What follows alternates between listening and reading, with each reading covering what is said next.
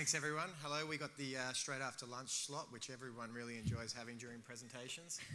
Given you're all sitting down, we thought we would take a seat too as we hopefully to share some of the experiences that we're going through still and have gone through over the past 18 months, 2 years.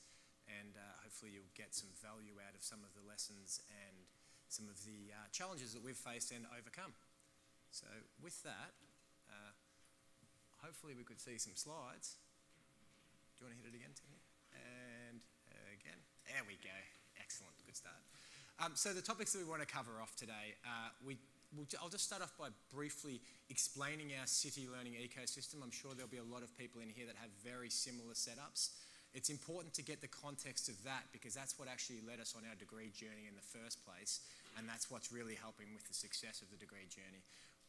Tiffany will then talk a little bit about the success measures that we've established and that we continue to evolve. A little bit about how we've had to change our operational support model and what that's led to in redefining roles. We only want to talk for about 15 minutes to leave plenty of time for questions from the audience, and we'll hopefully be able to answer anything that comes our way. So with that, okay, that's not how it actually looks, but this is the monotone version of what would, I'm actually going to have to stand up here and point to things on here because actually there should be a learner right here. So imagine me being in the center of this with the word degreed written around there, okay? Because that's what the actual graphic does have on it normally.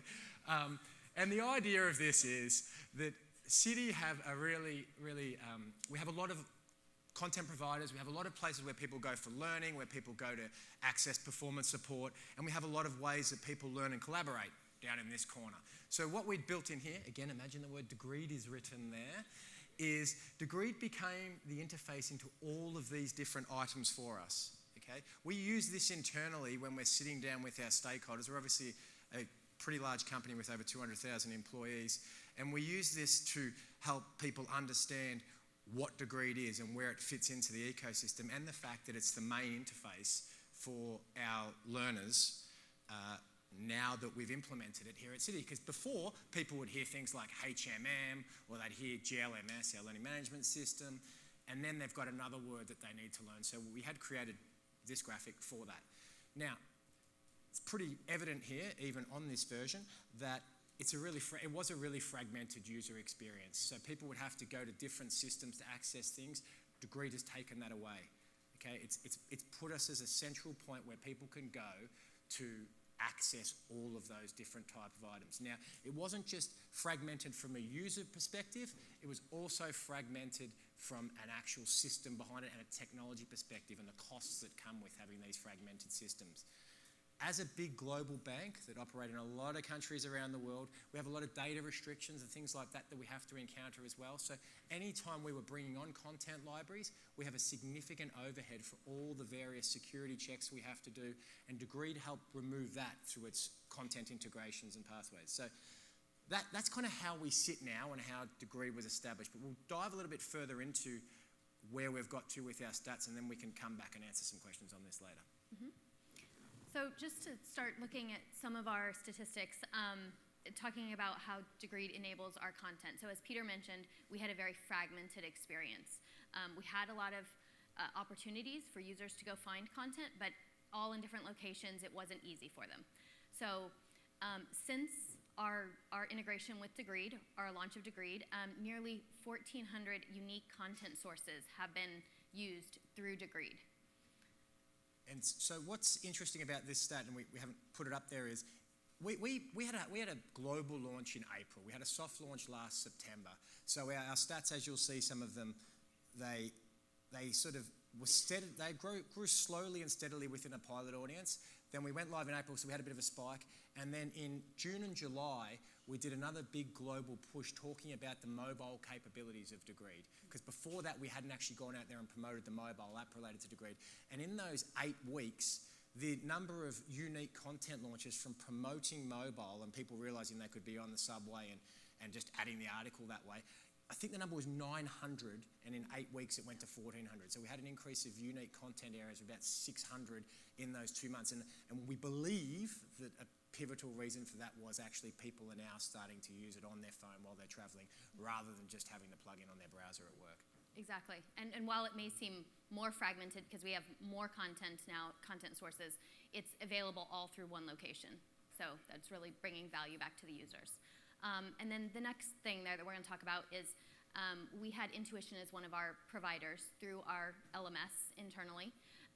And from January 1st of this year through July 10th, we had 69 completions of Intuition courses through our LMS.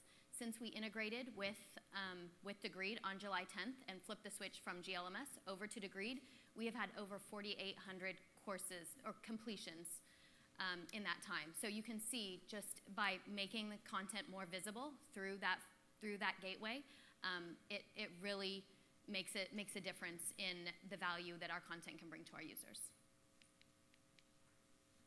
So now we'll just take a step back and talk about our launch and some of our success measures. So as Peter mentioned, we did our soft launch in September of last year. That was to about 12,000 users in North America only. And that was primarily for data privacy reasons. We still needed to work through a lot of the onboarding and data privacy for the other countries. We went enterprise-wide in April of this year. That was to 91 countries and over 200,000 employees. So at this point, our adoption rate is right about 25%. And so over 50,000 employees have logged into Degreed since that April timeframe. With that, we're almost at 100,000 completions in Degreed, and we're seeing that a huge amount of that is from non-traditional content. So looking at how we are looking at redefining the roles within Degreed. So not only do we have to are we looking at how we evaluate the skills for our employees and what changes we need to make so that they can find what they need? But we've had to look internally at our own departments to make changes for how we can reevaluate what we're doing. At this move to a SaaS vendor, previously we were on-premise, our LMS is on-premise. We had a lot of internally developed applications. And so this really made us change that working model and change what we're doing. So there were some things that continued, and we just had to make changes to the existing processes. And then there were entirely new processes and roles that we had to take on as an organization across our operations, technology, and L&D functions in order to be able to support this model. So as part of that, Citi has, over the past few years, invested in a few new positions. So governance is one of the positions that we have started investing in. So we created a governance team. This was something that was somewhat lacking in our previous systems, and we identified that, and this is really helping us move towards that future strategy. So this team is really there to make sure that our system health, alignment with our global strategy is in place, and that we're tracking that. We've also invested in data and analytics specialists. So this person is really just responsible for looking at the data that we get back. We have a lot of data, and so what can we do with it? How can we leverage that data to get what we need for our learning community and to help inform our strategic decisions? And then finally, innovation and emerging technology is a space that we have also invested in the last few years. So really having someone that can keep that pulse on what's happening in the industry, making sure that we're doing that we understand, and we're working with our internal teams as well to understand their business problems and their gaps, and then know how we can create solutions for them based on what's happening in the industry. On the point of governance as well, it's probably worth adding that one of the challenges we had in the past is the content we loaded onto the GLMS. We had hundreds of administrators with the capability of putting content on there. And the GLMS didn't have the intelligence to help filter the content in the way that Degreed does, of course.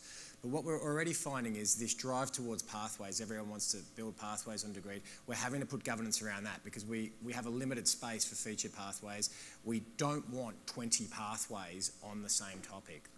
There's only so many pathways on Bitcoin that you need to have, and just because a slightly different part of the bank wants to do it in a slightly different way, we're trying to put controls around that to prevent it from creating the same problem that we had previously. So I think that that could have easily, even though we're in the early stages, that could have easily gotten out of control very quickly if we didn't identify that as a potential problem area from our previous experiences. Yeah, exactly. And now we are making sure that when new functionality comes online, that team and our internal teams are reviewing it. We're making sure we understand what governance we need to put in place before we're rolling it out to the rest of the organization.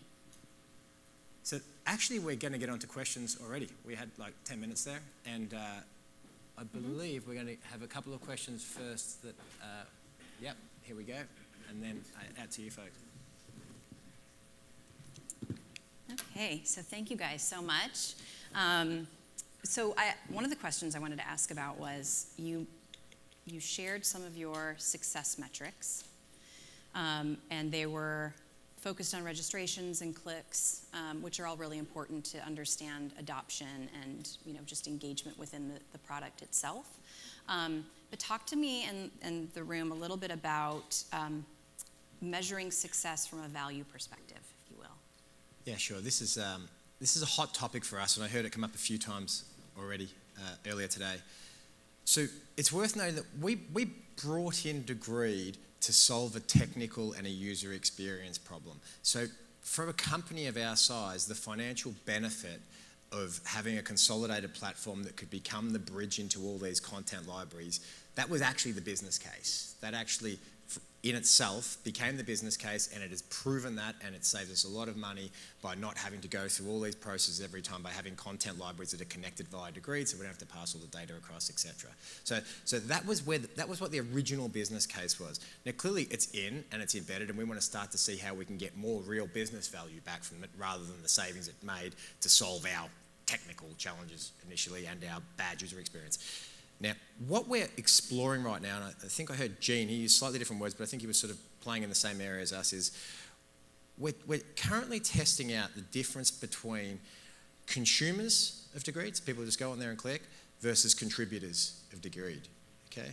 People that are actually adding and sharing. And what we want to do as we move to the final stage of this year and performance reviews and things are coming around, we have a set of leadership standards in the city, and we want to see what kind of correlation there is between our high-performing leaders and the people that are contributing to the communities across Degreed. Now, we don't know what that will mean, but that's the next level of data that we're going to look into to see how that can add real business value back to help us identify key leaders and help see where organic networks are growing within the organisation as well.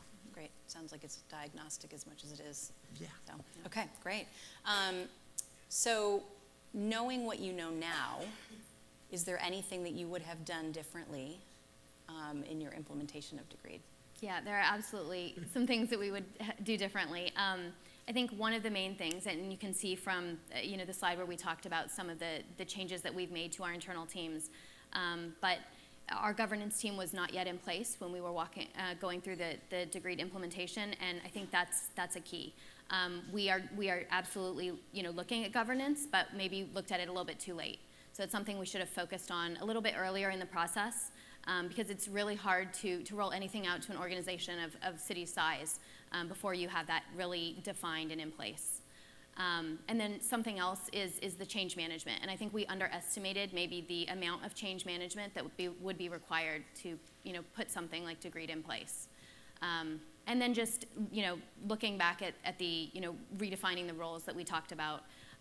That's something else that it's sort of been an ongoing process, and we're still working through that. It's something that even within 2019, that's part of our goals, to continue that alignment to that new support model. And so these are just things that, knowing what we know now, in a future implementation, we would start those a little bit sooner in the process. Okay.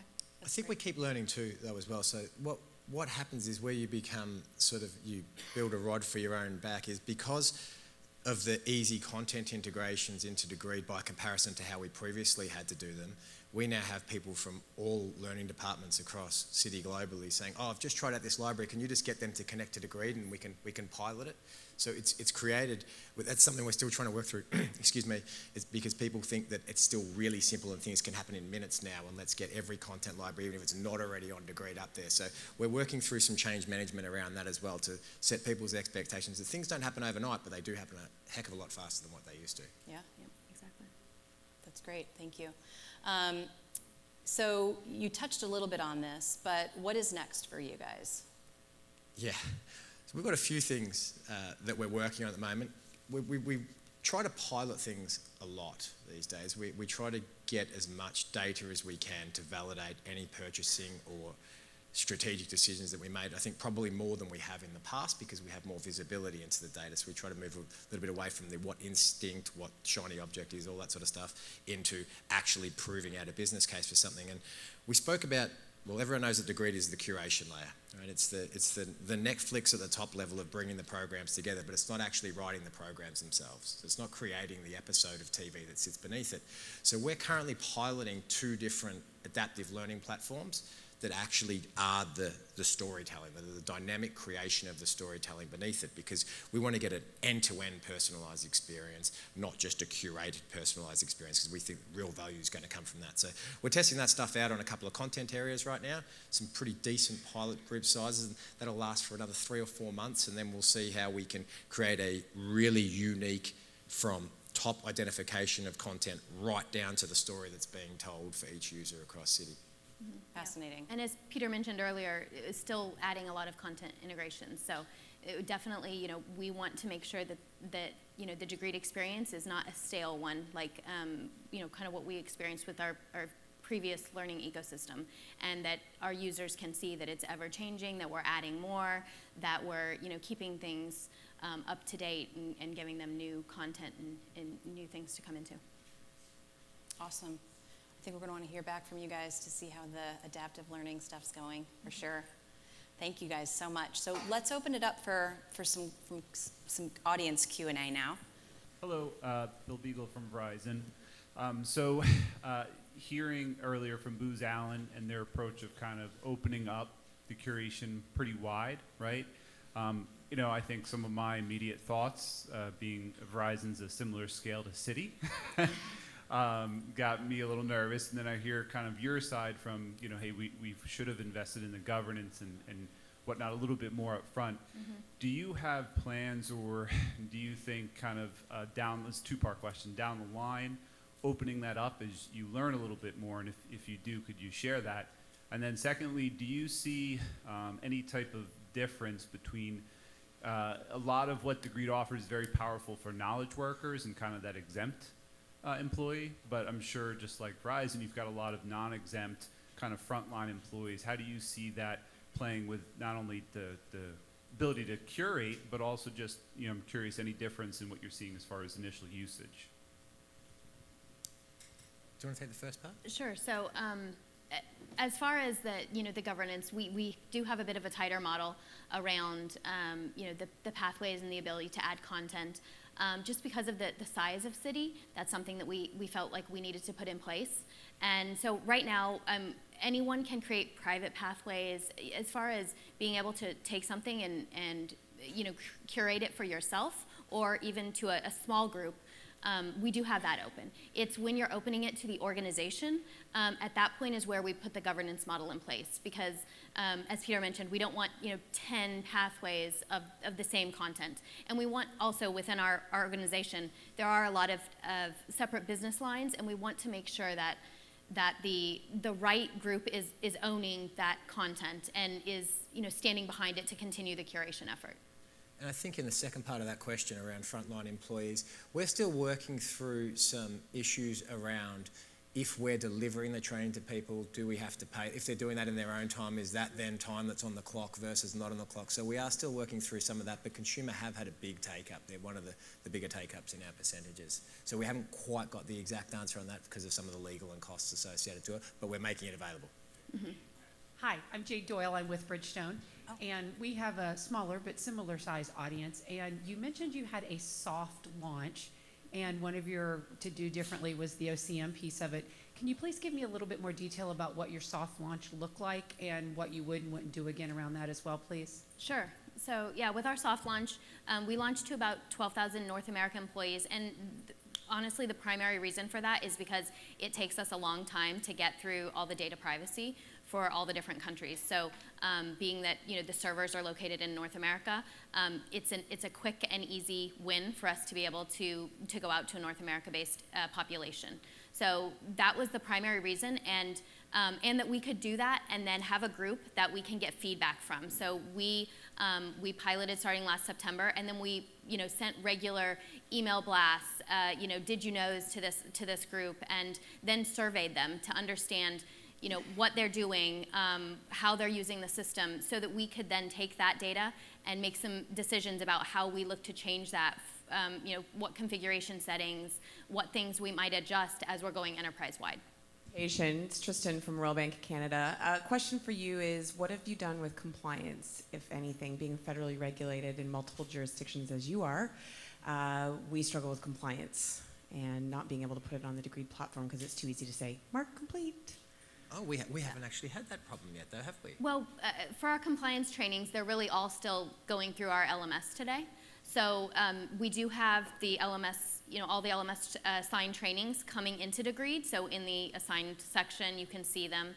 So they're made available sort of as that one stop, one point of entry. But the LMS then is one of those verified completions, so that even if you go mark it as complete, it's going to actually feed the correct completion over. As far as anything outside of the LMS, we haven't done that yet. Hi there, I'm hiding behind the pole. It's my name's Neve Sproul. I work for a company called Geller & Co. You talked a lot about metrics. I'm curious to know, have you got to a stage where you have a metric that's employee driven in terms of is the content meeting their needs, and how do you filter that information back in and adjust the content accordingly? I would say that we're not really there yet. Yeah. That's where we would like to be. Hello, I'm Samantha from Mountain America Credit Union, and I have a question about how your LMS and Degreed work together. Sure. So we have an integration between the LMS and Degreed. So just like a lot of the content integrations, because our LMS is an internally hosted, our internal technology team set up feeds between the LMS and Degreed. So on a nightly basis, we feed all of the courses. We did put, back to the governance, we did put some governance in place, so we don't feed everything from our LMS over. It has to align to certain guidelines. So it has to have the metadata behind it, make sure it has the keywords and has some of those key items added into it. And once it meets those guidelines, it will be included over into the feed in Degreed. We do customize the thumbnails then, so that our users can tell that this is content coming from our LMS and it's city-specific content. And then, like I said earlier, the assigned training is also sent over and shown in the assigned training section. And we've built some icons for the user experience around that, because a lot of our internal content hasn't been designed for mobile in the way that external libraries have. So we have these somewhat crude, but they make sense, like a cell phone with the sort of no smoking thing over it if it's there, because we have so many languages we can't just write no mobile, because that means nothing. So we've created some sort of workarounds there. Hopefully Degreed will bring in some functionality in the future that will help us with that as well, with identifying what is and what isn't mobile experience. Hi, I'm John from ATB Financial. So we're a smaller bank, kind of tighter budget issue. I'm not sure if you had the same limitations in regards to some of our concerns around licensing with some of our external content provider. Just wondering if you had those same limitations and whether or not you built that as part of your technology governance model to handle that, or if that was more in the L&D governance model. So when you say licensing, as far as like only certain users being able to access? Yeah, exactly. Yeah, we actually did build some sort of middleware to account for that. So where we have business-specific libraries that are not available enterprise-wide, we have an internal application that we can that we put in the provider. We sort of administer all the users that can have access, and that just feeds over to Degreed so that they then turn it on just for those specific users. Follow up to that. Did you find any impact on user experience-wide of people getting kind of denied access or anything like that? Well, only the people that it feeds over for would see that content. So it does not show it for people that are not part of that specific audience. Just recently we had an interesting one with Get Abstract, where there was one of our MDs in the UK wanted to pull up an abstract, and it came up with this abstract is not able to be shown in this jurisdiction. So we've had one or two little things like that, but we spoke to Get Abstract about that. That's got nothing to do with Degreed. We spoke to Get Abstract about that, and they work on trying to fix the licensing for us. So you do have a couple of little things pop up, but nothing significant. Right. Good afternoon, Juan Ruiz, Mass Mutual. We've talked a lot about the power of Degreed in being able to, add content to our sort of our what are they called, the courses, the curriculum, right? So there's internal curriculum, there's sort of outside material, and I guess the implicit message there is that all of us are sort of digital consumers, and I guess I'm wondering, there's a lot of really good content out there, which is really part of the powerful piece of Degreed, but there's a lot of really terrible content, and I'm just wondering, in that sort of open genre of information gathering, if you do have a distributed curation model, if you've made that sort of those guidelines within your guidance sort of or governance model, if you've made that explicit, what kinds of things you're looking for like really good content and what things to avoid? Yeah, okay, I'll answer that one. We actually haven't from an external perspective. Okay? If people bring in something external, we're not governing that needs to be to a certain standard. What we've done with all our internal development teams is we've created a whole new set of standards that basically says any piece of digital learning, any digital learning item needs to be mobile ready, needs to be optimized to be the shortest possible experience. It needs to be more scenario driven than being click next to continue. So for our internal, we're able to control that. For the external, we're not. What the knock-on effect, so I guess the implicit part of your question is, what does the knock-on effect of that become in the future, that people start to find a lot of rubbish on there? We'll find out. We're not putting that restriction down for now. Hopefully some of the AI of Degreed and people accessing and completing things will surface that stuff to the top and help the other stuff get lost. Hi there, Dave Weller from TD Bank. Just a quick question. Something that I'm working through right now with our organization is how much does L&D wrap its hands around content curation versus putting an enabling architecture in place for the business and saying, we'll help you get started, now you run with it. And because if you start to build and curate everything, our concern is the maintenance on the back end, you won't be able to control it and there'll be too much to do. I think it's definitely the latter in our case, don't you? We're enabling people to do this. We've got one of our main users, I can see in the dark, sitting in the second row there, Justin, who's not part of learning, who's one of the main people in Citi using Degreed, curating and getting the message out there, so he would subscribe. He would be evidence of the second part of that message. Mm-hmm. Yep. All right. Well, thank you all so much. Thank you both for being here. I think it's been very insightful. Thank you for having us.